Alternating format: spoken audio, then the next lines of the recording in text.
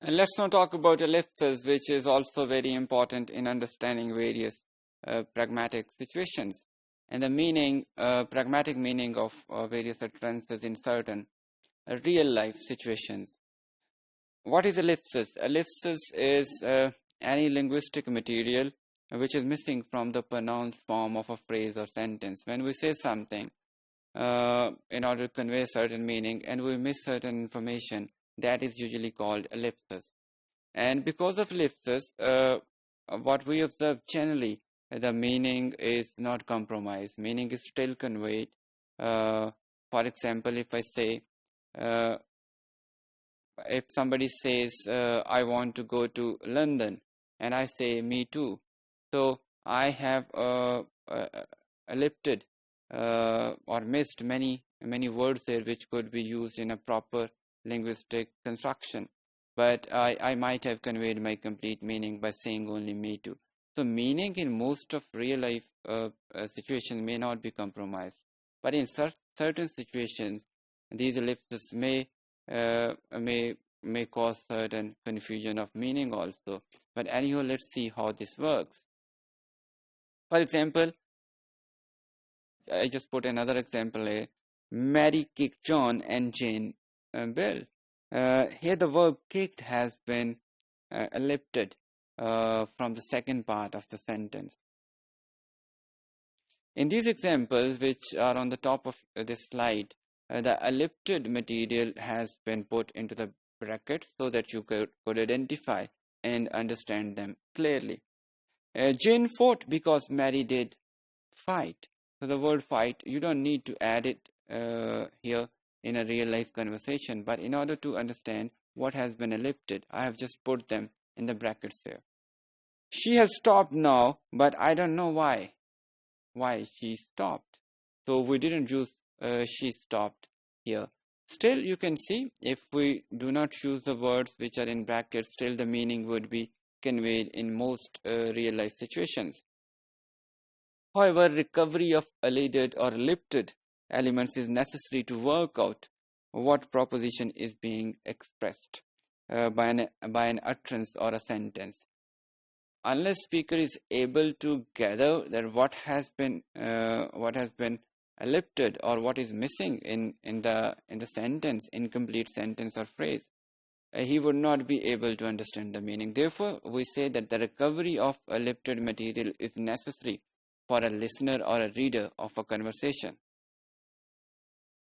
The missing material is usually recovered from the linguistic antecedent, what has been said already. So we could judge what must be missing here or what can possibly be missing here. This is usually regarded as a task of parsing and thus in a sense pre-pragmatic. A task of parsing means by putting things in various components, we could assess that which component is missing here. And there may be more than one possible reconstruction sometimes based on the nature of sentence.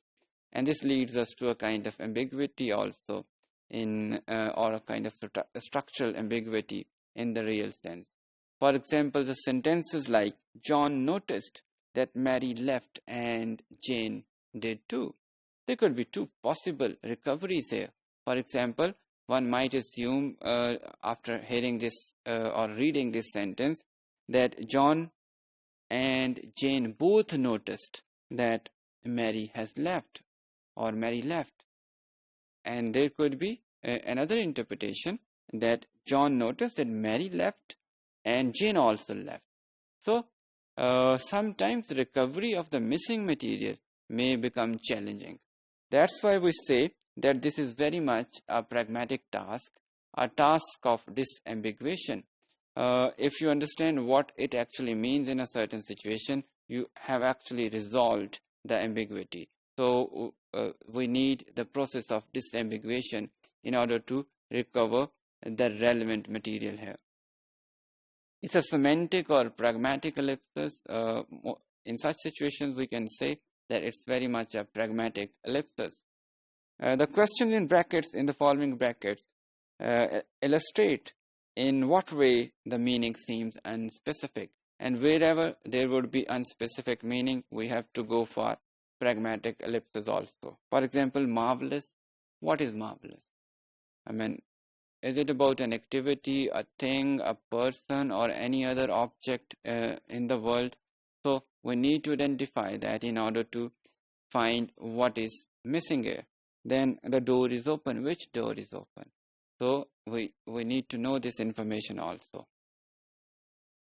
He finished his book. Finished by doing what? He finished reading his book. He finished writing his book. So we need to know, we need to recover certain ellipsoid material here in order to understand the meaning. And we need to recover that pragmatically, relying on the context in which a certain utterance is being made. It is sometimes argued that all utterances that are elliptical in this loose sense are in fact syntactically elliptical. So if you see, if you follow this principle of ellipses, you will find that most of our conversations, most of our utterances in daily talk are actually elliptical in nature. Still, we compromise very little in terms of meaning.